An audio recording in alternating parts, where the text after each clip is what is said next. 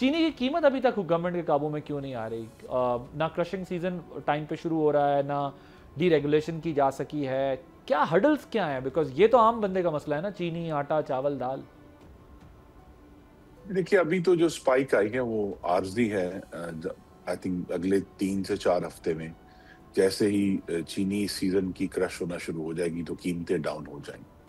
लेकिन जो सबक है और हुकूमत के सीखने का है, और ये मैं ज़ाती तजर्बे से रिक्वेस्ट कर रहा हूँ वज़ीर आज़म को, कि जो चीनी की एक्सपोर्ट की इजाज़त है वो बहुत ही कलील मिकदार में देनी चाहिए किसी एक वक्त में, ताकि एक्सपोर्ट की इजाज़त को जो दाखिली स्टॉक्स हैं उसकी कमी के ऊपर असरअंदाज ना होने दिया जाए। ये हमने इंतहाई कामयाबी से 2013 से 17 तक ये फॉर्मूला आजमाया था कि इजाज़त दी जाती थी पर कम दी जाती थी ताकि डोमेस्टिक सप्लाई को इफेक्ट ना हो।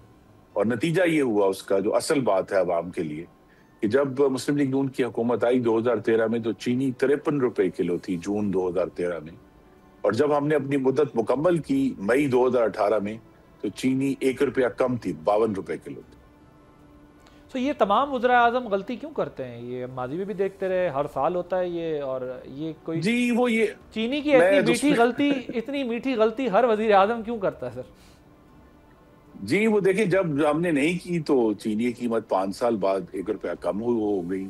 लेकिन वो यही है कि ये कन्विंस कर लेते हैं जो ये मीठे असल लोग में हैं। तो वजारत सनत और जो शुगर मिल एसोसिएशन उसके दरमियान एक डायलॉग होता है। तो हर दफा जो है वो स्टॉक के ऊपर बहस होती है कि मुल्क में कितना स्टॉक है। तो मिल एसोसिएशन जो है वो स्टॉक ज्यादा बताते हैं, वजारत समझती है कम है। तो अगर उसको सामने रख के जो भी ये बात कर रहे हैं, हमारा तो फॉर्मूला था कि सिर्फ जितनी वो डिमांड करते थे उसका 20% से ज्यादा कभी इजाजत नहीं दी थी।